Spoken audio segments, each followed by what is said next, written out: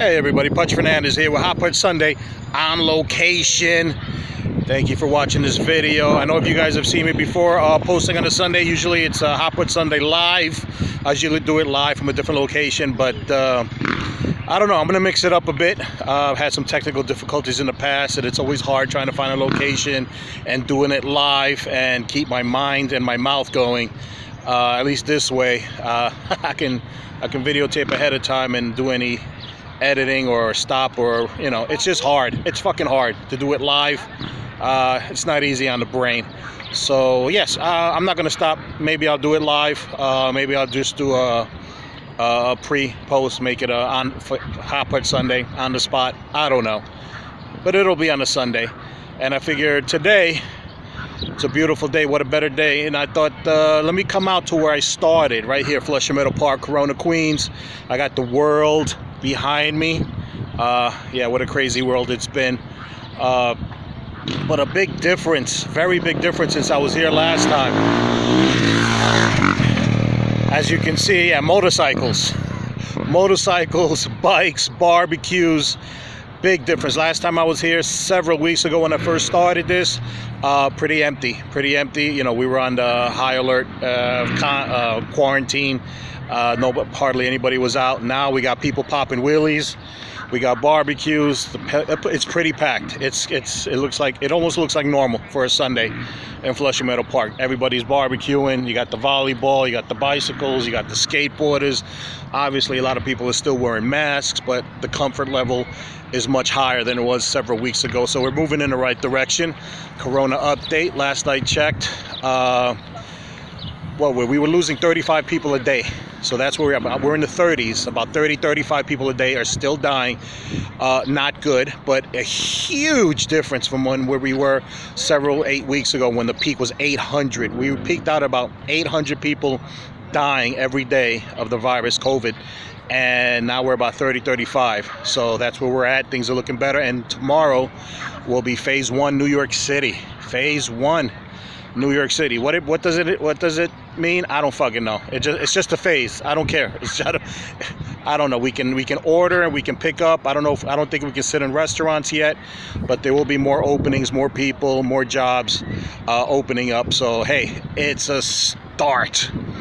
So as far as Corona is concerned, we're moving in the right direction. It's happening. Again, just a little patience. That's just a little patience. I mean, I know it was difficult. I know it was boring. I know some people were strapped for cash. But in the end, you knew it wasn't going to last. So happy to be here. And tomorrow's phase 1. Now, the other major thing in the news, obviously, is all the protesting since the George Floyd murder.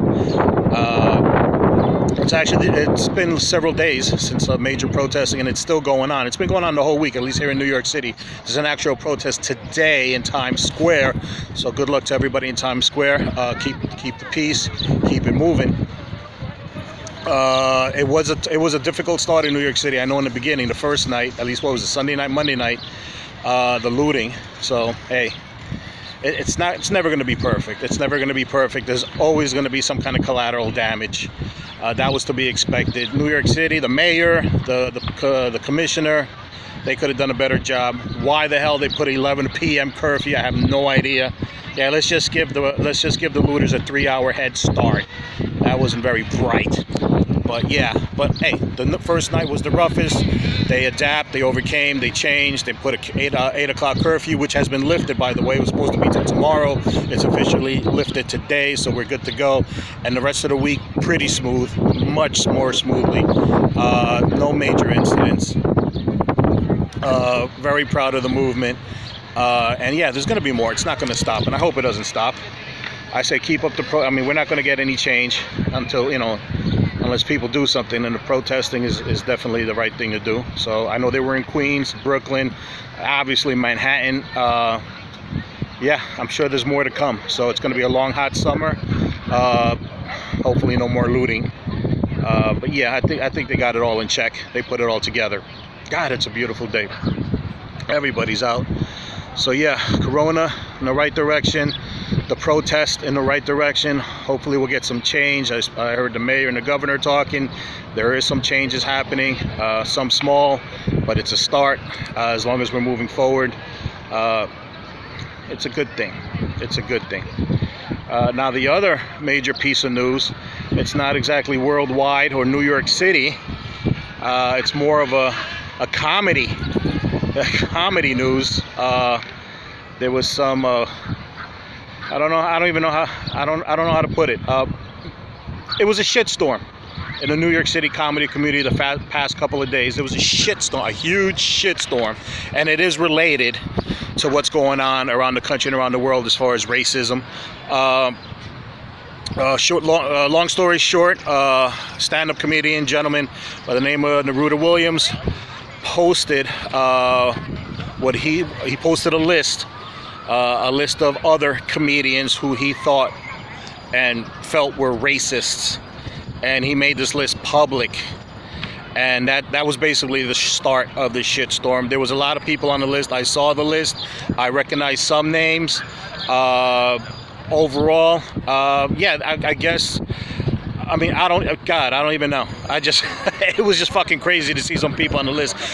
Personally speaking, from the people on the list, this is what I saw. A couple of, yeah, I think so. They very could be racist. I saw a couple of people that I was like, holy shit. I don't know. I never saw that person as a racist. I have no clue. That came out of nowhere. There was a bunch of names who I have no idea who they were. And then there was also a bunch of names from comedians who I'll just call hack comics, who may have been misunderstood. I don't know if they're racist, but they put out some hack material online that can be construed as racist.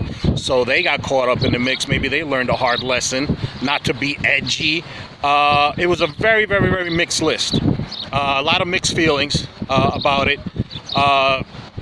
And just to make a point, Neruda, I mean, I know a lot of people, he got questioned. I know he got threatened, and he pissed a lot of people off. But in all fairness, he did back up his list. If anybody did question a name, or if that person questioned him directly, he did post up evidence coming from other social media posts of that person to show that yes, that person's a racist. So it wasn't just a blind list off the top of his head. He obviously did some kind of research. He collected evidence, and if anybody questioned, he posted it up. Okay, i.e., one particular person said, "I'm not a racist," and then he would immediately post a post of that person being quote unquote racist on his thread, thus proving that person could be a possible racist. So he is backing it up per se. It isn't the hardest evidence in the world. And, you know, again, it's skeptical. Yeah, I saw the list. Immediately, I saw a couple of names. I'm like, yeah, I see it. I totally see it. But then there's a bunch of names. I don't know. Are they racist? Are they not racist? Did you catch them on a bad day? Or was it just a bad, shitty joke, a hack joke that on social media, and they got looked at as a racist? So it's a really hodgepodge of a bunch of names and a bunch of opinions of those names.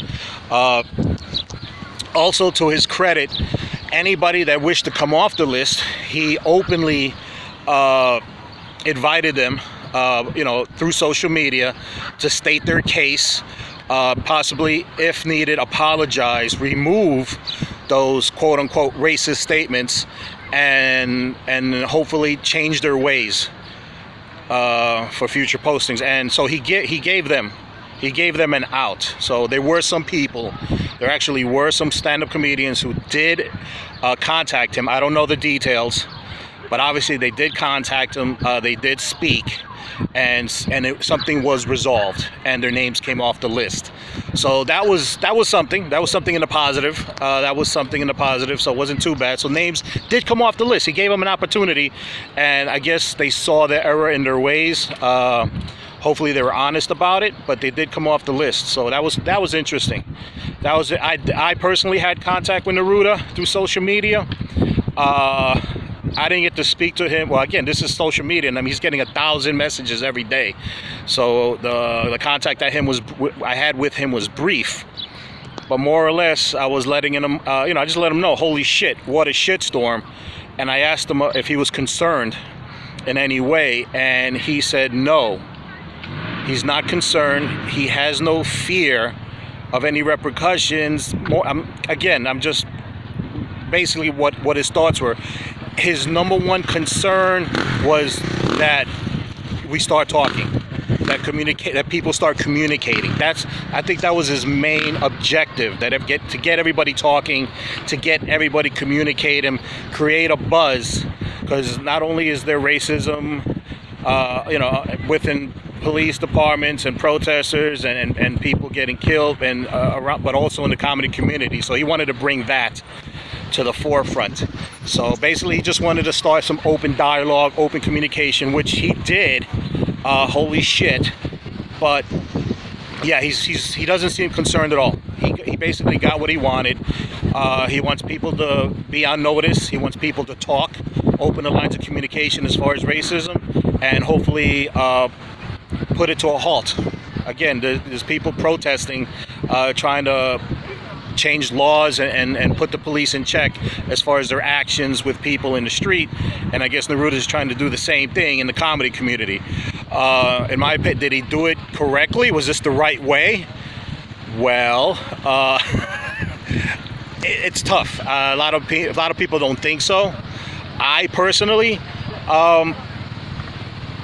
using some military terminology, I think he came out with a shotgun, blasting, and he should have came out with a sniper rifle. I think it was just, I mean, I know what his intentions were. I like his intentions. I support the intentions, but the execution, now it's just pretty fucking crazy. Again, I thought he came out with a shotgun blasting. I think he should have been a little bit more focused, maybe sniper rifle. Maybe, I don't know how it could have been done any different, but definitely just came out blasting, and it rocked the comedy community definitely over the weekend. I mean, his comment section hit over 1.2 thousand, so about 1,200 at least, and then it took a weird twist. For those of you who are following, you guys already know where what took place. And so what happened was, even though his intentions were good, his execution questionable to say the least. But a lot of people on that list got pissed off. He did receive some threats. I don't know if they were physical, definitely legal. But out of that list and out of that posting he created, another list was made. Actually, it was on a website. I'm not going to name the website or the list because I'm not going to give those people credit. But ironically, the list, it was made to be portrayed similar to the first list. But however, most of the people on that list were people of color and of certain religious beliefs, which I found odd. And I knew more people on the second list than I did on the first list, so very, very much more questionable. And if that wasn't enough, the person who made that second list, that second website, did not put their name on it. Again, did not put their name on it. Say what you want about Neruda. Hey, feel how you feel. It's all good. But he put his name on it, and he's backing it. This person, coward. That's it, coward. All right, it's obviously, and if you've seen it, if you followed it all weekend, that second list, that website that was created is clearly from somebody or somebodies that were on the original list or familiar with the original list or did not like the original list. So they created this other website with new names, and it looked pretty stupid. It looked pretty ignorant, very childish. Again, they did not put their name. They did not put their name on it. So hey, you just looked at it as a coward. You know, you didn't back it up. You put a couple of statements down about a few people. You even named the club. Jesus fucking Christ. But No, again, no backing. Yeah, a few statements, a few personal opinions, but there's nothing backing it. Again, say what you will about Neruda. Love him, hate him, support him, don't support him. He put his name on it, and if you ask him for proof, he'll back it. He'll text you, he'll post the proof of what he has. Again, proof is proof, but it's some kind of proof. This other list, nothing. Again, coward. What are you gonna do? I mean, it's basically, and long story short, again, the story gets longer and shorter every minute. But as of right now, that other email list was taken down, somehow taken down, literally, by the comedy community. I don't know exactly what happened, but there was a lot of comedians got pissed, and that the website of that second list was taken down, taken off. It no longer exists. So kudos to whoever took it down. And as far as Neruda, he's obviously, there's been complaints to Facebook, and as of right now, he's on Facebook suspension 7 days, as far as I know. So he's at home, chilling, but he can't post anything on Facebook for 7 days. So let's see what happens. A lot of mixed feelings, a lot of mixed emotions. I'm not saying anybody was right. It could have been done better, but his objective, yeah, I'd say he got his objective. He met his objective. He got people talking.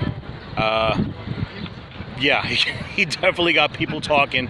I know a lot of people's thumbs are burning all weekend, because I know, I mean, shit, I think I was talking to 5 people at one time yesterday, and yeah, and it went up and down the chain as far as stand-up comics. So I don't know what's gonna happen. I don't know what's gonna come out of this. I hope it moves in a positive direction. I don't know. I invited Neruda. I do an Instagram live, one-on-one on Sunday nights and Wednesday nights. I invited Neruda. He was a little unsure. He didn't say yes. He didn't say no. Just says he's unsure right now. Maybe not ready. Maybe doesn't need it. He didn't give me an absolute yes or no. So again, Instagram live I do on Sundays and Wednesdays. Maybe one of these days I'll get Neruda on. I told him it'd be a good idea, maybe to verbally stand, and explain a little bit more, because again, his thumbs must be tired too. So it'd be a change of pace. But let's see what happens. Crazy week. So yeah, we're not even halfway through the year. It's only the beginning of June, and we got Corona, we got protests, and now we have Neruda. I don't know what else. The Neruda, yeah, the Neruda weekend, I guess. Yeah, with the stand-up comics and the racist lists. Interesting to say the least. Again, I hope it gets resolved. I hope we move forward, and I hope we come out of this, because we are. I mean, I think stand-up comedy, as far as communication, as far as freedom of speech, we are the backbone. We are the front. We're on the front line of getting speaking our minds, communicating to people, letting people know, and more important, bringing joy. So I don't think people want to see us fighting amongst ourselves. Maybe this is a good opportunity to police up ourselves. Maybe this is a good opportunity for some comics to think about what they're putting out. I definitely have an opinion on that. As far as us on stage, we own the stage. We are free to say what we want on stage. That is our world, and we should not be censored. But two things. One, some comedians are forgetting social media is not the stage. Videos like this is not the stage.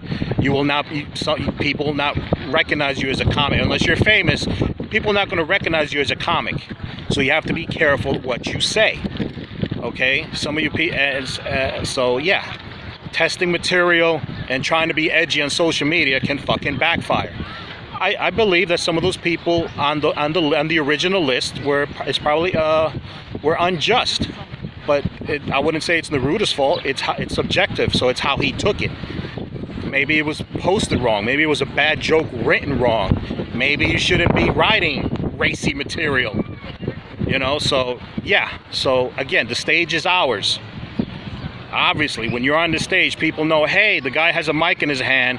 There's a sign that says comedy club behind him, so it's a comedian. Therefore, I know what he's saying is just jokes. You know, goes without saying. But when you're on social media, there is no stage, there is no sign. Just because you do comedy and maybe you got a couple hundred friends that know you, so what? You got a couple other 100,000 that don't, and they're going to take whatever you say the wrong way. So be mindful. Be mindful of what you say, comedians. That's just my 2 cents. Also, again, the stage, that's our world, that's our life, and that's our freedom. And we have the freedom to say whatever we want. I take that to heart. However, again, some of you guys are not ready. Some of you guys are not ready. Yes, I know. Richard Pryor. Yes, George Carlin. Yes, Andrew Dice Clay. Yes, those are the names you throw out. Well, look at them. They're freedom fighters with their acts and their language, and look at what they're saying, and they're free to say. Yeah, it took them 15, 20, 25 years before they start. Okay, Richard Pryor did not wake up and start saying the N-word on stage. Okay, he was a clean comedian. Okay, George Carlin was also squeaky clean. Andrew Dice Clay, the Dice Man, one of the edgiest comics that we know, who sold out the Garden, Hickory Dickory Dock. Used to go on stage with a shirt and tie, from what I'm told. Okay, he wasn't always the Dice Man. You need to understand, these comedians did not become who they are today, edgy, overnight. It took them at least 10, 15, sometimes 20 years. Do your homework, young comics. Do your fucking homework. Okay? Just because, don't stop using George Carlin and Richard Pryor. Oh, they're edgy, and yeah, no. Do your homework, and it takes time. Comedy is an evolution. You evolve into who you're supposed to be as a comic. Okay? You can't push it. You can't squeeze it. You can't force it. It takes time. Okay? Do your homework. Do your research. Look up George Carlin. Look at his history. Look at his album, AM, FM. That's where he did his turn. That's where he changed. Okay, but he had a bunch of albums and TV appearances before that where he was squeaky clean. And same for Richard Pryor. If you're a real comedian, you know the history. Richard walked off a stage. He embodied Bill Cosby. He was clean. He wanted to be on TV. He wanted to be loved. He wanted to be accepted. Then one day in a Las Vegas casino, he stood there on stage in the middle of a performance, looked at the audience, and he said, fuck it, and walked off. After he was successful, after he had albums, after TV appearances, and he walked off and he disappeared. Not totally. He buried himself pretty much in the village, and he started again from scratch, and that's where the new Richard, the Richard that everybody knows and loves, that's when the Richard came out. It takes time. Stop trying to be edgy or cool or, ooh, I think this is funny. Just be yourself. Stick to yourself. If you're meant to be edgy, it'll come out, but don't force it. A lot of you guys, I know a lot of you guys are getting in trouble because of it. Yes, it's a common mistake among comedians. I made that mistake as well. But you gotta see it. I saw it because I recorded myself and it was shit. So you record yourself, study yourself, see yourself. Is this working? No. Be yourself. Keep it simple. Learn the formula of a joke before you start being edgy. A lot of you guys don't even know the formula of a freaking joke. It's a scientific formula. Learn it. Stop trying to be edgy. You're getting in trouble. All right, so there it is. Uncle Pudge's 2 cents. Let's just be smarter. Let's just be smart comedians, all right? No one's going to take away our freedom. We're still going to be able to do what we do, but let's be smart about it. That's all. Anyway, it's a beautiful day. I'm going to get out of here. All right? I'm going to do something. I don't know. I'm going to fucking bum rush one of these. But there's a lot of Latinos here, so all I got to do is go in like I'm somebody's cousin and I get free food. That's how I do. I'm hungry. It's a beautiful day. We're moving forward. Protests moving forward. Corona moving forward. Phase 1, New York City. And comedians, please, let's move forward. All right? Again, Hot Pudge Sunday, Instagram Live. Tonight, Sean Latham is my guest. And this Wednesday, the one and only Daniel Parafan. Yes, that Daniel Parafan. So stay on board. Follow me on Facebook, Instagram. If you want to see any videos, go to Hot Pudge Sunday, my YouTube channel. Check it out. Much love, peace, and let's keep moving forward, guys. Take care.